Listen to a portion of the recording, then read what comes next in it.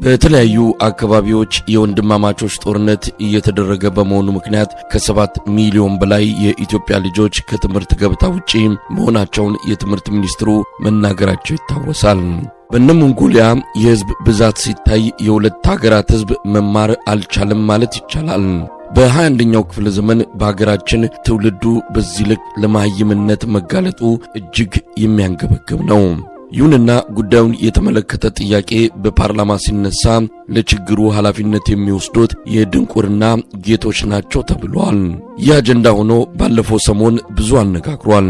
በእርግጥ ትምህርት ለአንድ ሀገር ሁለንተናዊ ልማት ወሳኝ በመሆኑ ትምህርትን በማደናቀፍ ትውልድ ላይ ወንጀል ለሚሰራ አካል ከዚህ በላይ ማለት ይቻላል። ዋናው ጥያቄ ግን ይህ የድንቁርና ጌታ ወይም ጠበቃ በትክክል ማን ነው የሚለው ይመስለኛል። ዝም ብሎ በፍረጃ ማውገዝ ሳይሆን በመረጃና በምክንያት ተንትኖ ትክክለኛ ባለጉዳዩን ማሳየት ያስፈልጋል።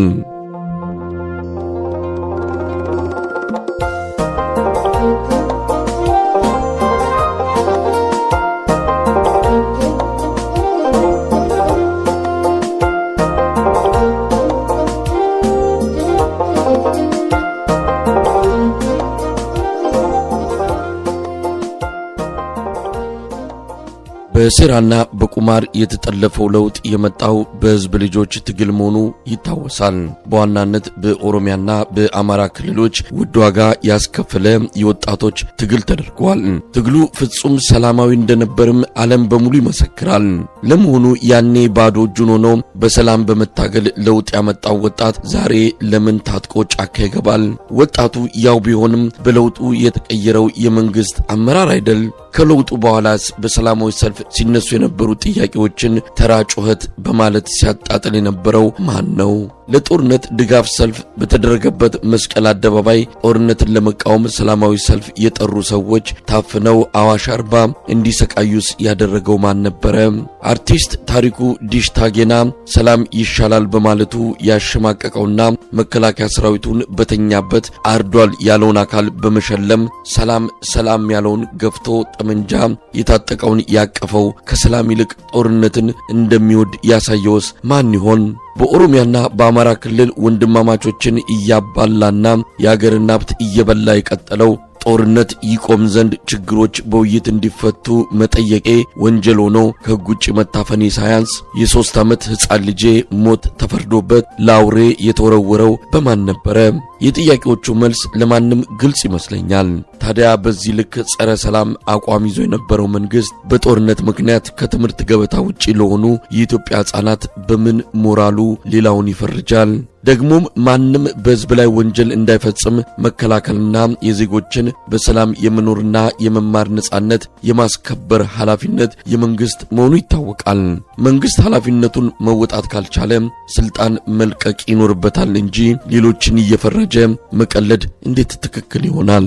ይህ በትውልድ ላይ የተፈጸመው አደገኛ ወንጀል በድንቁርና ጌትነት የሚያስፈርጅ ከሆነ ፍረጃው በዋናነት መንግስት ራሱን ይመለከታል።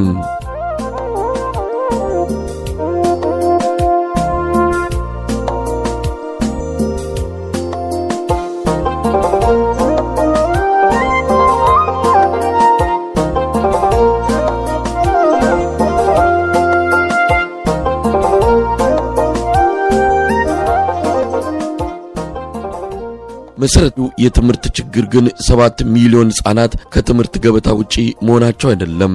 የትምህርት ስርዓቱ በአጠቃላይ ከመዳከሙ ይመነጫል። አሁን ባለው ሁኔታ ስሙን በትክክል የማይጽፍ በዲግሪ ተመርቆ አስተማሪ ወይም አመራር ይሆናል። በየመስሪያ ቤቱ ከገበያ በተገዙ የትምህርት ማስረጃዎች የተቀጠሩ መኖራቸውን መንግስት ራሱ ይናገራል። አንዳንዶችም በፎርጅድ ማስረጃ ማስተርስና ዶክተሬት መድረሳቸው ይነሳል። የትምህርት ስርዓቱ በመሞቱ ከትምህርት ውጪ የሆነው ብቻ ሳይሆን በትምህርት ገበታ ላይ ያለው ትውልድም እየመከነ ይገኛል።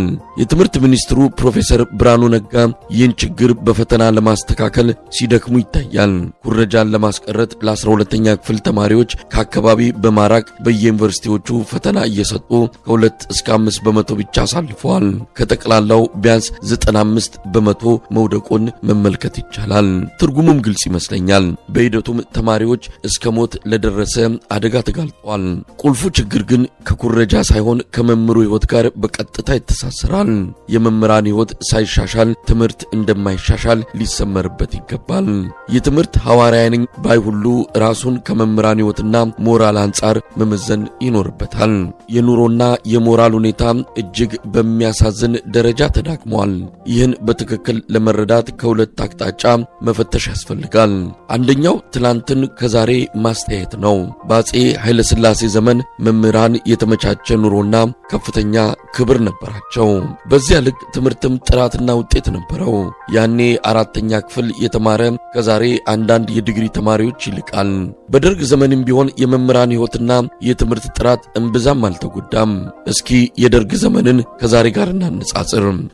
በ1980 ትምህርት በጀመርኩ ጊዜ የአንድ ባለ ዲግሪ መምህር ደሞዝ 500 ብር ገደማ መሆኑ ይታወሰኛል። ዛሬ በአማካይ አንድ ልምድ ያለው ባለ ዲግሪ መምህር 10 ሺህ ብር ያገኛል።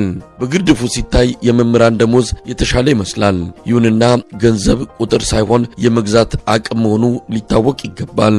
በወቅቱ 500 ብር 2 ሰንጋዎችን ወይም 18 የፍየል ሙክቶችን ወይም 20 ኩንታል ጤፍ መግዛት ይችል ነበረ። ዛሬ ግን አንድ ሰንጋ ቢያንስ 200 ሺህ ብር፣ አንድ ሙክት ቢያንስ 25 ሺህ ብርና አንድ ኩንታል ጤፍ 15 ሺህ ብር መሆኑ ይታወቃል። ለዚህ የ1980 ዓመተ ምህረት 500 ብር ከዛሬ አንጻር 400 ሺህ ብር ከሰንጋ አኳያ፣ 450 ሺህ ብር ከሙክት አኳያና 300 ሺህ ብር ከጤፍ አኳያ ማለት ነው። ትንሹን የጤፍ ተመን ብንወስድ ከዛሬ ገበያ አንጻር የአንድ ባለ ዲግሪ መምህር ደሞዝ ቢያንስ 300 ሺህ ብር መሆን ነበረበት። በተግባር ከሚከፈለው 10 ሺህ ብር ጋር ሲመዘን መምህሩ በወር 290 ሺህ ብር በመንግስት መነጠቁን የሚያሳይ ነው። በዓመት ሲሰላ ደግሞ ነጠቃው 3 ሚሊዮን 480 ሺህ ብር ይሆናል ማለት ነው። በአንድ ወር ደሞዙ ከ35 ዓመት በፊት 20 ኩንታል ወይም ከ7 ዓመት በፊት 3 ኩንታል ጤፍ ይገዛ የነበረው መምህር ዛሬ በወር ደሞዙ 1 ኩንታል ጤፍ መግዛት አይችልም። የኢትዮጵያ መምህራን ቤትና መኪና መግዛት ያልቻሉት ስለሰነፉ ሳይሆን በዚህ መልክ ስለተበዘበዙ ይመስለኛል። የትምህርት ስርዓታችንን በቁሙ የገደለው ይህ በመምህራን ሕይወትና ሞራል ላይ የተሰራው ወንጀል መሆኑ ሊሰመርበት ይገባል። በልቶ ማደር የሚያስጨንቀው መምህር በምን ፎርሙላ አርያ ሆኖ ትውልድን ሊቀርጽ ይችላል? ስለዚህም የድንቁርና ጌታ የኢትዮጵያ መምህራንን በኑሮና በሞራል ያጎሳቆለው መንግስት መሆኑ ሊታወቅ ይገባል። ከዛሬው የበለጸገ አገዛዝና ከሌሎች ሀገራት ጭምር ሲነጻጸር በአፄ ኃይለ ሥላሴና በደርግ ዘመን ለትውልድ ግንባታ ትልቅ ትኩረት መሰጠቱን ማየትና መመስከርም ይገባል።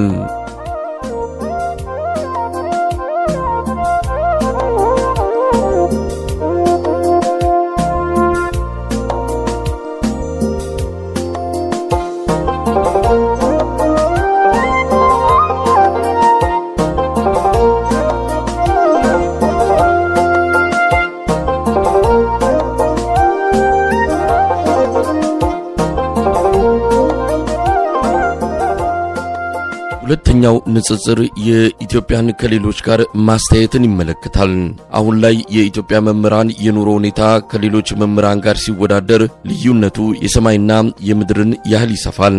5 የተለያዩ ምሳሌዎችን እንውሰድ። በዚሁ መሰረት የመምህራን አማካይ የወር ደሞዝ በብር ሲሰላ በኬንያ 52000፣ በሶማሌላንድ 59000፣ በዩጋንዳ 122000፣ በቪየትናም 120,000ና በቻይና 273,000 መሆኑን መመልከት ችለናል። በኢትዮጵያ ግን ከላይ እንዳየነው በአማካይ 10,000 ብር ብቻ ይከፈላል። የኛ መምህራን ደሞዝ ከኬንያ በ420 በመቶ፣ ከሶማሌላንድ በ490 በመቶ፣ ከዩጋንዳ በ1120 በመቶ፣ ከቪየትናም በ1100 እና ከቻይና በ2630 በመቶ ያንሳል ማለት ይሆናል። ይህም በሀገራችን ያለው ከፍተኛ የዋጋ ግሽበት ሳይታከልበት መሆኑን ልብ ይሏል። እዚህ ላይ 2 ጉዳዮች ባንክሮ መያዝ ይገባቸዋል። አንደኛው ጎረቤታችን ኬንያን ጨምሮ ሌሎች ሀገራት የትውልድ ግንባታን ለማሳለጥ ለመምህራን ሕይወት ከኛ የተሻለ ትኩረት መስጠታቸው ነው። ይህ የትምህርት ስርዓታችን ከሁሉም በላይ የወደቀበት ምክንያትን ይጠቁማል። ሁለተኛው የኢትዮጵያ መንግስት የሀገራትን ተሞክሮ የሚወስደው አንሻፎ መሆኑ ነው። የነዳጅ ዋጋንና የኤሌክትሪክ ታሪፍን ለመጨመር ኬንያን በምሳሌነት እየጠቀሰ ከመምህራንና ከሌሎች ሰራተኞች ደሞዝ አኳያ ያለውን ልዩነት ግን በዝምታ ያልፋል። ይህ ነጠላ አታይ በራሱ በድንቁርና ጌትነት ሊያስፈርጅ ይችላል።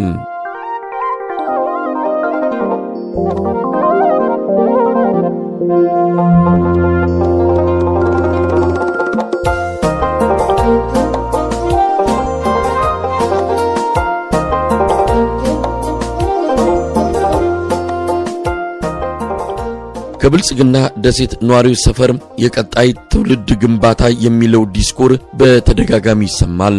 በተግባር ግን ትውልድን የሚያመክን አደገኛ ነገር ይፈጽማል። በአጭሩ የሚናገሩትና የሚሰሩት ይጋጫል። የመምህራንን ሕይወትና ሞራል በዓለም ታይቶ በማይታወቅ ሁኔታ እያደቀቁ ትውልድ በማንና እንዴት ሊገነባ ይችላል እንዲሁ በከንቱ ይቀለዳል። በእርግጥ የትምህርት ጉዳይ በመምህራን ብቻ አይወሰንም፣ ከሌሎች ሙያተኞች ሕይወት ጋርም ይያያዛል። ዛሬ ለ19 ዓመታት የተማረ የሕክምና ዶክተር ለመኖር ሲቸገርና ራሱን ለማሳከም ሲለምን ይታያል። የመብት ጥያቄ ቢያነሳም የሚሰማው ጠፍቷል። የቢሮ ሰራተኛ፣ የዳኛ፣ የፋብሪካ ሰራተኛ፣ የባንክ፣ የጋዜጠኛና የአቃቤ ሕግ ሕይወትም ከዚሁ ጋር የሚመሳሰል ነው።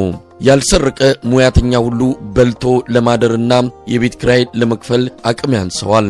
ፖሊስን ጨምሮ የመለዮ ለባሹ ችግር ደግሞ ከዚህ ይብሳል። አዲሱን ምልምሉን እንተወውና ለ20ና ለ30 ዓመታት ያለ ረፍት ደሙን ሰጥቶ ቀንና ሌሊት ያገለገለ ንጹህ ኮማንደር ወይም ኮሎኔል ልጆቹን ለመመገብና ለማልበስ ይጨነቃል።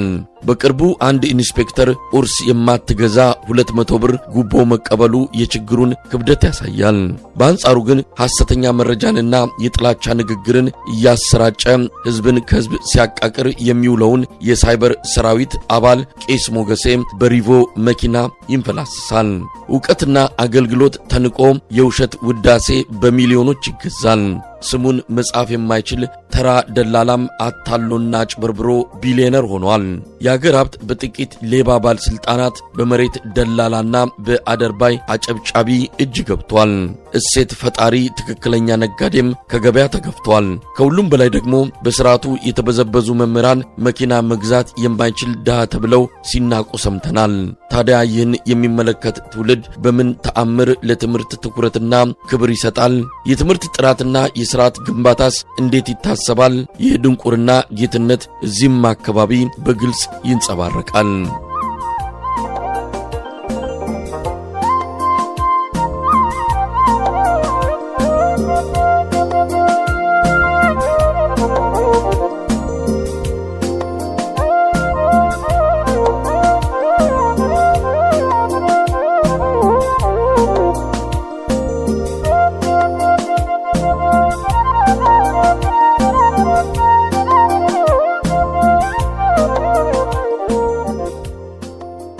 እውነቱን ለመናገር የመምህራንና የሌሎች ሰራተኞችን ሕይወት በማሻሻል ትውልድንና ስርዓትን ለመገንባት የገንዘብ ችግር አለመኖሩ ይታወቃል። ፓርላማው የማያውቀውና ላላስፈላጊ ቤተ መንግስት ግንባታ የዋለው 10 ቢሊዮን ዶላር ብቻ ይህን ከማድረግ ባሻገር በቂ የማዳበሪያ ፋብሪካዎችን ገንብቶ ግብርናችንን ሊፈውስ ይችላል። በሪዞርት በፓርክና በኮሪደር ስም የሚባክነው ሀብትም ከዚሁ ጋር መቀራረቡ ይገመታል። ትንሽ የሚያስብ ቢኖር ከሪዞርት ከፓርክ ከኮሪደርና ከቤተ መንግስት ግንባታ በፊት የሥርዓትና የትውልድ ግንባታ እንደሚቀድም ይረዳል። በተቃራኒው ግን ይህ ቅደም ተከተል መዛባት የተቸ በሐሳብ አልባነት ይከሰሳል። እጅግ ያሳዝናል። በነገራችን ላይ በስልጣን ዘመንህ የት ነበርክ የሚል ሊኖር ይችላል። ባጭሩ ማብራራት ይኖርብኛል።